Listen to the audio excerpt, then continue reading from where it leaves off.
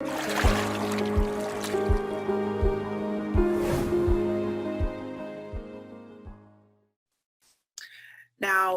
I would like to introduce you to Carmen Miller. She is the CEO of Mckinley Insurance Services, and she is joined today by Martha Julius, which is her P&C expert with the Mckinley Group. And so Carmen will be starting off with the presentation, while Martha will be helping us with all of the Q&As. So without further ado, I'm going to turn it over to Carmen. Carmen, the floor is yours. Well, good afternoon, everyone. And I'd like to take this opportunity to say thank you for joining us today.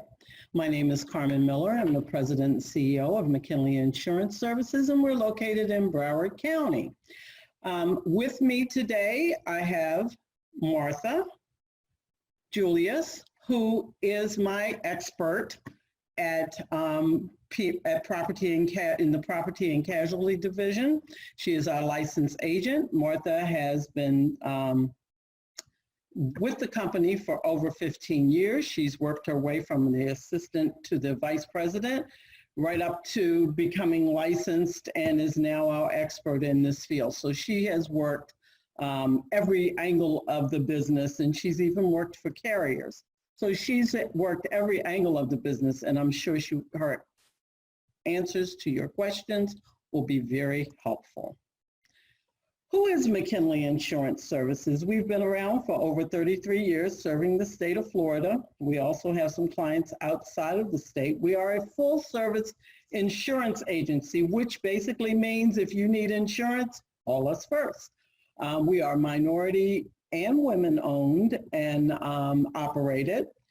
Service is our specialty. We make sure that we service our clients and the clients are satisfied. And to be honest with you, I haven't had a complaint, thankfully. We do service the community. We go out, we volunteer.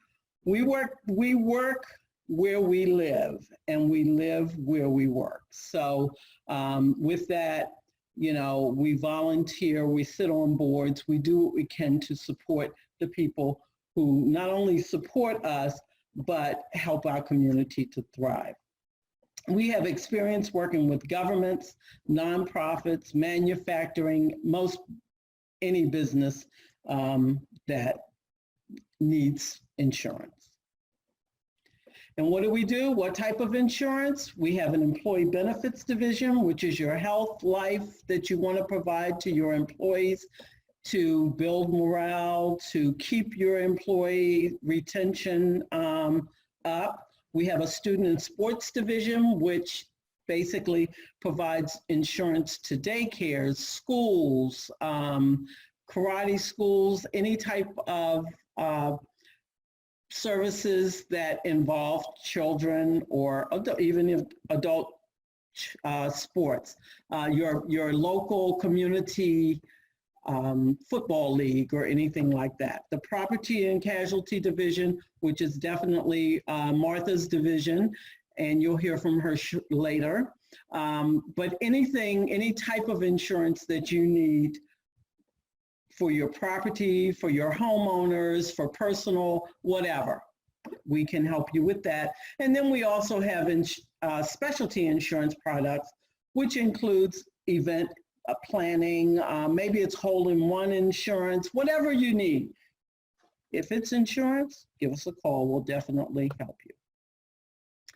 So the reason why you're here, you want to know about bonding, the why, what, how, and when. And so I seem to hear a lot of you have not had the opportunity to apply for a bond. And it's interesting because, you know, on the trucks that you see on the street, they all say, well, most of them, and question those that don't, but your air conditioning truck, you'll see license number and bonded, licensed and bonded. And I know if you're not in that industry, it really doesn't make a difference, or it really doesn't mean a lot for you. But when it comes down to it, That is very important, whether a company is bonded. And basically, the bond is an agreement between you, the one applying for the bond, the company, and the surety company, which is your carrier, which has an underwriter, and who is requiring the bond. So basically, it's you want to go out for a project, and they want you bonded. So you have to go through the process of getting a bond, and it basically protects them, tells them that you are serious, that you can do the job, and there's a bunch of different types of bonds, but that you are a legitimate service. It takes a lot to get a bond, but most companies who have done their work, done their homework, are able to be bonded. The different types of bonds. If you're in the construction industry, this is nothing new to you. You're totally familiar with bonds, but there's construction bonds, there's a license or permit bond, a performance bond, customs bonds, a bid bond, payment, janitorial, or employee dishonesty bond. And, you know, some of them are going to be required by a project, and some of them you get just for your own personal security.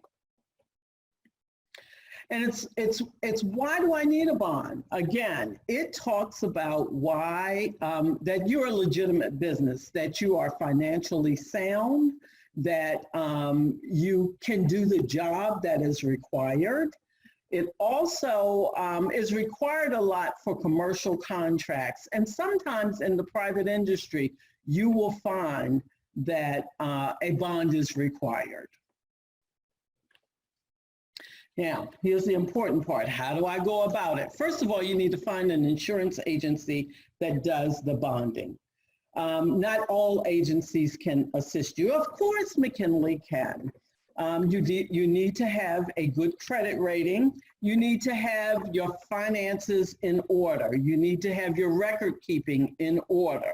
You have to have a good track record. So, you know, it's almost like having references. You want to have good references when you go out to do a job. If you don't have good references, what do you have? Not much. The question I hear a lot is, when do I get a bond? Now, usually a bid for a municipality or some of those projects will tell you need a $1,000 bond. No, it's not going to be 1,000, more like 100,000. But anyway, when do I get that bid? When do I get that bond? Do I do it before I complete the bid? Because you look at the bid and it says you need to have a bond in this amount, and the first thing you do is panic. I don't have that. What do I do? How do I do it? What's important is just knowing that you can get a bond, because you really don't want to go out and spend the money prior to receiving approval for the job. You want to know that you can be bonded, and then you go and secure the bond after you win the bid. No need in putting out the money for a bond and then you don't get the project, and then you spent money that, you know, is not getting you a job. Now, when you look at it, you have construction bonds where, you know, a builder or a developer will want you to have a bond, and that's totally understandable. It guarantees that that you will pay your laborers, your subcontractors, and suppliers. Now, it's not the responsibility of a subcontractor to get that bond, but what it is, the responsibility of the subcontractor is to make sure that who it is you're working for is bonded, because you don't want to go into a situation where you're working as a subcontractor for someone and they don't pay you. They don't do what they need to do, because it's going to look bad on you.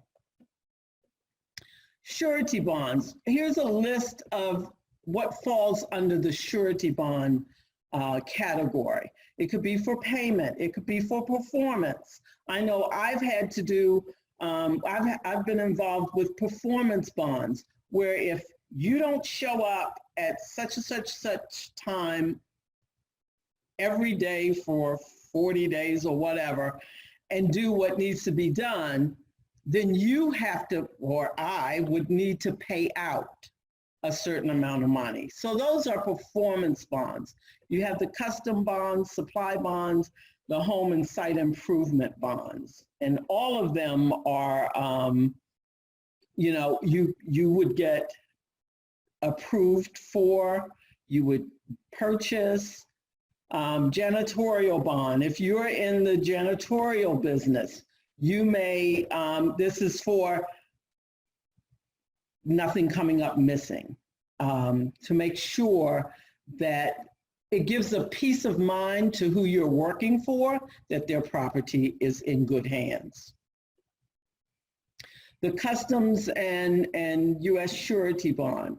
If you're importing products to the United States or you're sending products to Canada, this is very, very helpful to get you through the customs process.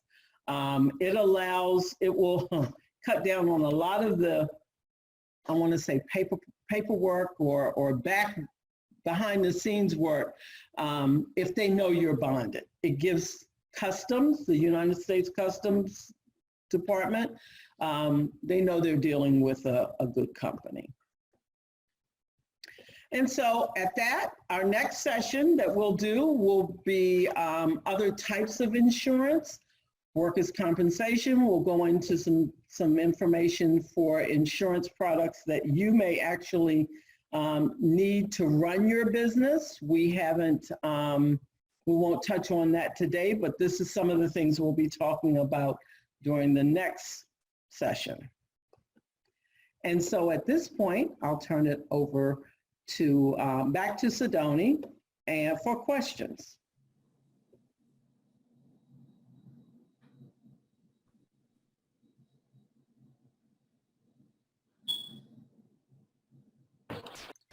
Well, very good. Thank you so much. Thank you, Carmen, for that. I know you can hear my voice in the background. Martha will be taking over this segment, and she will be actually addressing any questions that came in. So we have one question so far, and the question is really in terms of the process, and it says, how long does it take for the bonding process? How long does it take to get a bond? Thank you, Sidoni. And it depends on the type of bond that you're getting. For example, a performance bond will take longer than a janitorial bond. A janitorial bond, you can get it the same day because it's easy and you don't have to prove financial stability, or you don't have to show your financial or your credit pooling. So janitorial bond is pretty easy, but performance bond might take like a week or a few days. It depends on how fast you give me the information and how rapidly we can go ahead and expedite that information to the carrier. So the faster you give the financial, the contract, then we can go ahead and get it quicker with the carrier. We have all different carriers that we would send the application to, and some carriers have different application, they need different information, and if you provide this information on a timely manner, we can go ahead and get the quote as quick as possible. Okay, all right, very good. So you mentioned, and this is just for my general knowledge, I'll share with you that the first time I really heard about a bond or got into even thinking about bonding or so is during the Super Bowl. Now there was a bid out for an event producer that it involved pretty much staging a whole set and bringing in, creating this experience for the players when they would come in. Now, on that RFP, it required a bond. And I was like, what is this and how do I get it? Now I've heard the word before, but I never really looked into it because never thought that I would ever need a bond. Now, what type of bond do you think that is? Can you shed some light on that? That would be a performance bond because you're hosting an event, and they require, before you take over that event, they want to know that you will be able to perform that job of duty. And they want to know you have certain amount financial stability that would cover the bond. For example, 100,000. You'd have to show the financial that you're capable of paying that 100,000, or you have that 100,000 in the bank. So it would be a financial situation where they would show that, okay, you're qualified. If anything happened, you can cover that bond. If you don't show up for that performance, if you don't show up to for that event, you will be able to pay that money up front. Oh, okay. Thank you. I have a question here that is asking how important is credit? I know Carmen had touched on, credit, but can you speak a little bit more in depth about that so that our attendees would have a better idea? Now it says that, no, this question is asking about credit. Credit. Yes, credit. Okay, credit plays a big role in bonding.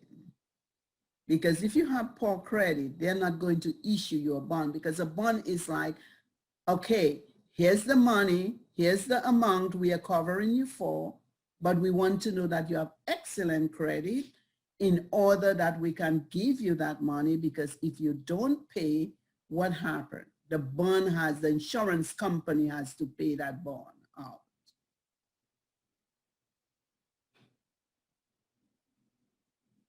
Okay, so does that impact the price? Does that make it expensive depending on the type of bond and obviously the amount of bond? Does that, does your credit impact the cost of what you would get bonded for? There are different type of bonds, and each one of them is the limits that you need, the coverage limit. Like you want 100,000, 50,000. The lowest amount in a bond is janitorial. Janitorial you can take if you have less than 5 people, 1 to 5, you can take 10,000, you can take 5,000. The price for janitorial is a lot cheaper. You don't have to show credit. It's a lot cheaper than a performance bond, a bid bond, a custom bond, and a fidelity bond. Okay, fidelity bond is like employees' dishonesty. If an employee that is working with money end up that they did something, the bond would replace that amount of money that the insured either stole from the company.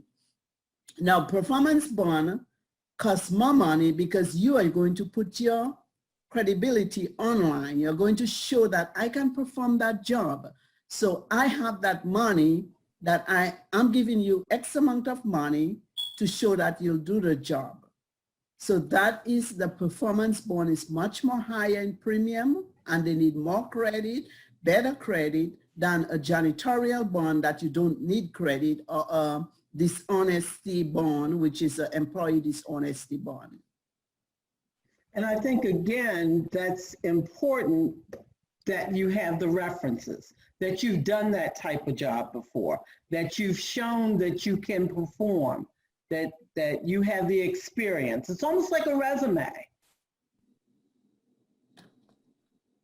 Okay, so what advice would you give someone that has not gotten a bond and probably didn't have or doesn't have the experience? How do you deal with that? The first thing we would do is decide what type of bond you need. Okay, then we can place you with an application. We go over the application. If we need additional information, financial, credit report, references, then we'll let you know. If you give that to us, we'll review it. We don't only like say, okay, we look at it and here you go, your credit is bad.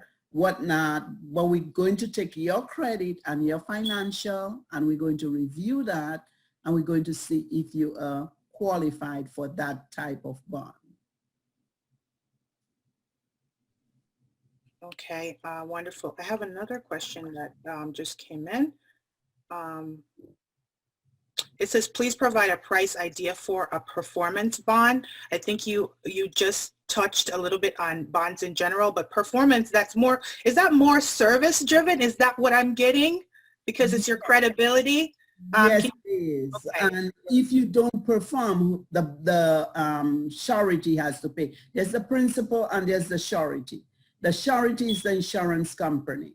If you don't pay, if you don't show the performance, the insurance company have to cover that bond for you. So the performance bond, the last one I did, it run up to $3,000, $4,000. Okay, and it still depends on the type of work that you're doing. If you're doing government job, if you're doing the city job, if you're doing just for another company, it depends. And they want to know how much that job gonna cost. How much are you getting paid for that job? Are you getting $250,000? Are you getting $1 million? They want to know the exact amount, and the higher the cost, the higher the premium gonna be. And usually what you will find is when you're doing a municipal, a government type contract, they're going to tell you how much they want you to be bonded for. And it's interesting because I have talked to people who may have a bond already on project A, and now they want to move on to project B, but their A project has either they're still working on it, and their project B wants a new bond. Can they be combined, Martha? No, each project, it's a different bond. Okay. Okay, if you have one company and they have 1, 2, 3, 4, 5 projects, they will have it under the company. Okay, it's one job going to, when it's going to be done, a year, 6 months, 3 months. The other job, it is going to be a year, 2 years, or a month. So each project going to have their bond separate, because it depends on the type of project. Because they're a construction company that say, okay, I'm going to work with that city, I'm going to do something, I'm going to build something, or I'm going to just do some remodeling. How much does it cost? It's a different amount than, oh, I'm going to build a 5-story building. So it's different. Okay, great. I have another question. If you could get a little bit more into the import-export area as it relates to bonding. I know you slightly touched on that. Is there anything that you could share about whether on the import side or export side dealing with whether it's Canada or anywhere else in terms of bonding? Okay, import-export. It's whatever information or product you're bringing in, custom need to know exactly what type of product you're bringing in. And that's where you're first gonna stop. Do you have a bond? If you have that paper, the bond paper that shows, this is the product I'm bringing in. Here it goes, because there are 3 parties of that custom bond. You got the principal, you got the surety, and you got the custom. So these are the 3 people that work in the 3 parties that work in the custom bond. So if you're exporting things from Bahamas, from Jamaica, from wherever you're exporting things, from Canada to bring into the United States, custom would like to know what type of product you have, and then you show them the bond that you're bonded, and here am I'm bringing something in, it's listed everything in there, I'm covered on everything, here it is, and then it's okay. If you're transporting things to to Bahamas or to the other countries, Canada, then you show them that bond. You have to have a bond in order to send product or export product from one end to another. All right, very helpful. There's a question that goes back to asking about how does a sub know when a prime has a bond? I guess that they're asking how do you verify that the person or the contractor you're working for has a bond? Is there a way to check that out? Number one, the subcontractor, he's going to work for ABC company. He's going to say, okay, you're going to do some work. I'm going to work for you. I'm going to do some electrical work or some kind of janitorial work. Do you have a bond? Because if anything happened, I'm bringing in, the subcontractors usually bring in their employees. So example, ABC janitorial service, they has a big job to clean, whether a bank, office building, and they're asking the subcontractors to bring in employees. The subcontractor is going to bring the employees, but they first have to ask, listen, I'm bringing my employee. I need to know if you are bonded. If you have a janitorial bond, if you do, you have to show me a certificate of insurance before you perform that job. So then that company is going to their insurance company and they're going to say, well, I have some people coming to do work for me. ABC is coming to do work for me. Can you provide me with a certificate that to show them that I am bonded? I have a janitorial bond, a fidelity bond, or performance bond. Then you're going to give that, they're going to issue you the certificate, and yeah, you're going to give it to the subcontractor, and he's going to say, okay, then I can bring my employee. Because the subcontractor is going to cover himself. Because if anything happened, if one of his employee, God forbid, stole something, who's going to be responsible? The subcontractor? Not even the subcontractor. It's going to be the business owner, the person that hired the subcontractor. That's understandable. Okay. Interesting process. This is really good. Learning a lot. There is another question that one was pretty simple. Basically, it says what is the ideal situation or ideal candidate? How do you know that someone is bond ready? So I guess they're just really asking, you know, if a candidate or not candidate, a small business owner walks in and whatever, let's say it's a professional, some person that wants to get a bond for a performance bond. Now what, can you reiterate for whoever did not join at the time, what do they have to have in place for you to know, Martha, that this person can get a bond and we can process it away? Right. This person, they want to do, they get a bid, right? They're bidding on something. Like when you go and do for the Super Bowl, you want it, they give you that contract and tell you, listen, you need that for insurance. You're going to general liability, workers' comp, bond, professional liability, and you have to put all these things in place before you win the bond, okay? So they come into an insurance agency, Mckinley, and they're going to say, I have this contract, but they're asking me for all this insurance. And I will walk them with the step and say, well, you need a bond, a performance bond. The first step is going ahead and complete this application. When they complete the application, I have numerous carriers that I would submit it to that specialize in bond. And then they would come back to me, the underwriter going to review the application to see if it's something they can write. Then they would give me a list of information, documents that the person would have to be submitted to me. So if they said, okay, here are all the documents, give them the documents and then say, okay, you're qualified for the bond. How much amount? They write it and here they go, they give them a policy. And then from there, they already have their bond in place. Okay, great. And I had another question that was very similar.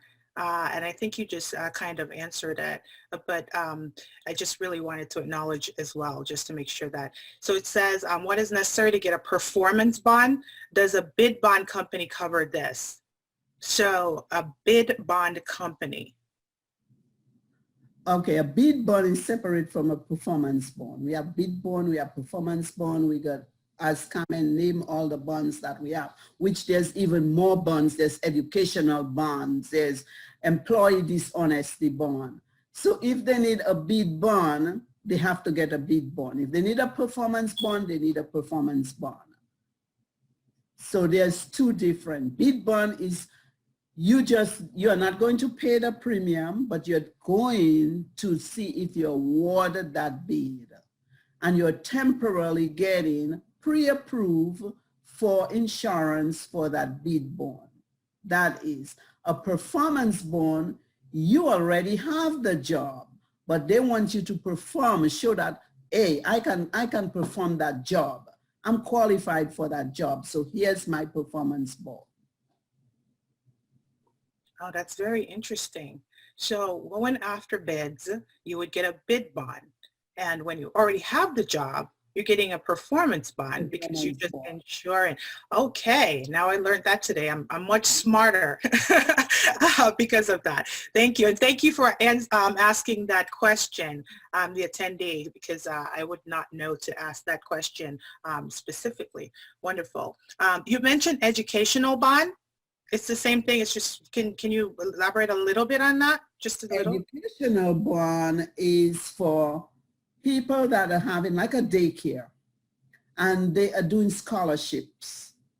Okay, if they're awarding scholarship, say I'm going to give scholarship for 50,000, 20,000 for whoever is qualified.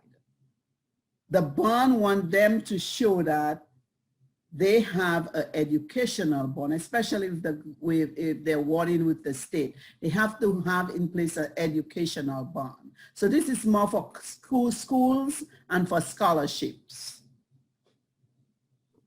Okay. All right. Very good. Doesn't look like any more questions are coming in, but I do have a general one.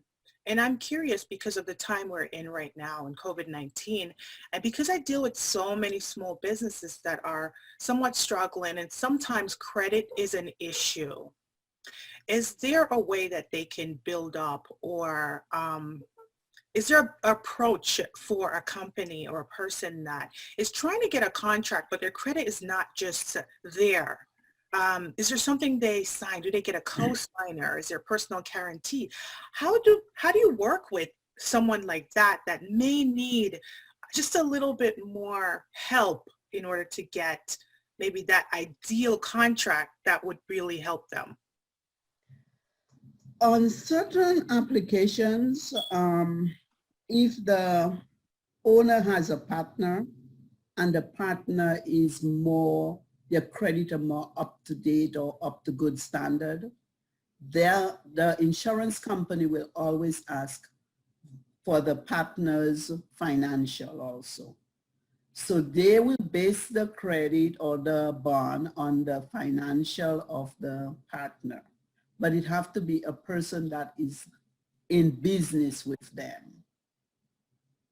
You know, and I'd also like to add, I know there are bond companies that, you know, just like with insurance companies, you have A-rated, B-rated, or whatever.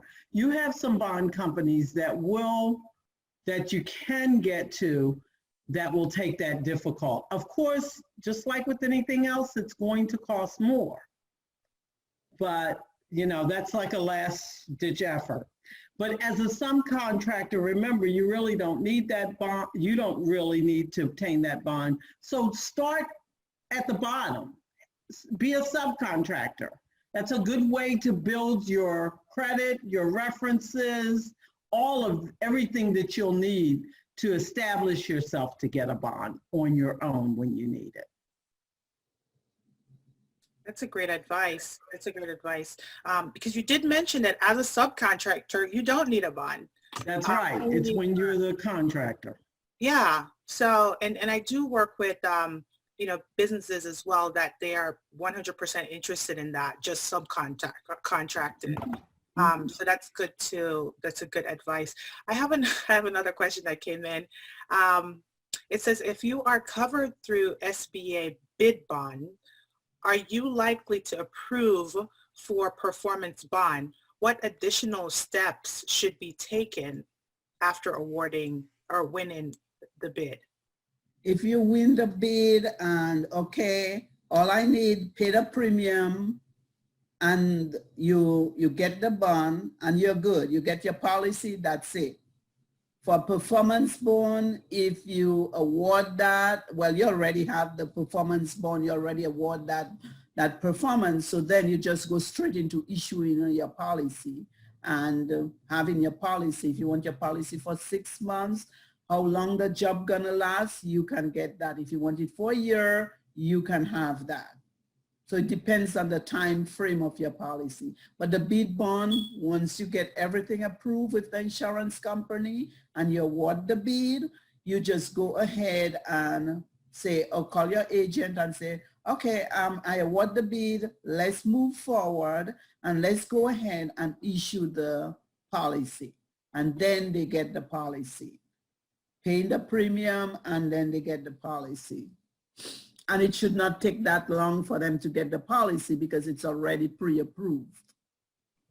Okay. And is that because it was a SBA bid bond? She mentioned the SBA bid bond. Do you know what the difference might be between an SBA bid bond and some other type of bid bond? Well, it depends on the contract. It's what the SBA contract is asking her for. So it all depends. We have to see the contract to see what it is they want, because some of them, the bid bonds and performance bonds, depend on the contract, they want different things, okay? A lot of different things they want, like coverages, like, oh, you have to have that into the policy. You have to have certain wording into the policy. So that's what most of them are. We always want to see the contract ahead of time. And then we can place them with the right coverage. Okay. All right, wonderful. And you had maybe touched this before about the personal. Do you have to do a personal guarantee in times for, for bonds in general? Is that something that's required? And on your own, then you can do a personal guarantee. Okay, say you have, okay, I want $50,000. If I have $50,000 bond in there, I can just say, okay, I have $50,000. I don't really need a bond because I already have that $50,000. Okay, but then you can show, if you want just the bond, you're not going to touch your money. You're going to say, I want the bond. Then the $50,000, they would need that financial to show that you have that in the bank. That would cost you. Otherwise, they want to show some kind of collateral. Either you put in your house, your car, any of that. Okay, got it. Someone had entered in the chat that if you don't have money in the bank, can you still get a bond for $100,000? Credit line. So that's where your credit would come in. It's like almost buying a house. They want to know that you have that credit. Mm-hmm. So they would ask you, do you have that credit? I'm going to give you $100,000. How are you going to show me that you have it? Either by good credit or by financial. Okay. All right. Very good. And then someone said, we are in construction. What bonds are important for it? Construction bond. And if they're bidding on jobs, they would need a bid bond. Okay. And then I know Carmen had touched a little bit on this, but construction bond, can you give us a quick rundown again, a run through of what a construction bond typically is? What does it cover? If you can or cannot do the job, if it covers it, just touch on it a little bit real quick, if you don't mind. Okay, construction bond covers the type of work you're going to do. It covers if you like, they would give you a certain amount of money to do the job, right? It's almost like a performance bond. Now you are going to do the job. They want to know that you will keep your duty and perform that job. Because if they're going to give you $100,000 to build a brand new house, they want to know that, listen, we are going to give you that money to build a house, but we want to know that you're going to perform your duty and you're going to do that. If you don't do it, the surety will have to pay it. Okay, you're the principal. You have to show that you are going to pay that. You're going to do that job on construction. Makes sense. I don't have any more questions. So at this point, we're going to begin just wrapping up our session. Now, this has been very interesting for me, and I'm pretty sure that it's been interesting for everyone else as well. So Carmen, thank you, and thank you to everyone for joining us. Our next session will be on September 10th. Now, what can we expect from the Mckinley group for that? We will take the opportunity to give a little education about the different types of insurance that are available to small business owners, some of the things you probably should have, some of the things you might want to have, and some things you can see in your future. So you can look forward to that one. Wonderful. Now, again, September 10th, lunchtime, same place right here. If you haven't registered before for this session, for the next session, please do go on either our website. You could go on the COVID page where you could also see the services that we're able to provide and offer to you for free. And I'm talking about anything as small as helping you to put a one-page document together, as your capability statement. A lot of people are revising theirs right now. The times have changed, business are changing, and your mind frame might be different. The business that you're in right now may not be the business that you want to be in the future. So we can help you with brainstorming in terms of your next move, your next step.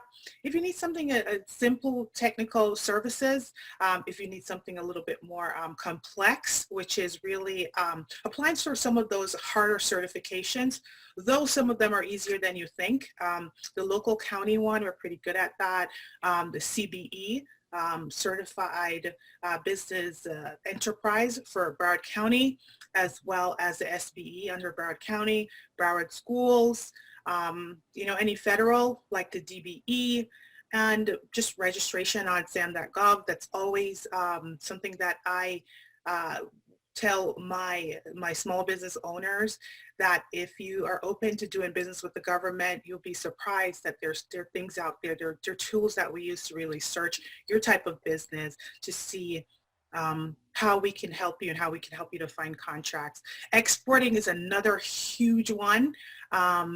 Exporting, we help you to get export ready and to find contracts that are available overseas to help you to grow in a completely different way. So visit our website. It's blackswaneventinc.com/COVID-19, and you will see a list of all the assistance that we provide, including access to this webinar, as well as the next one where you could register. So I hope that you've enjoyed this webinar today. I hope you'll join us for the future ones. And again, thank you to the Mckinley Group. Thank you, Sidoni. And thank you guys again. Have a wonderful day and have a great lunch. Bye-bye.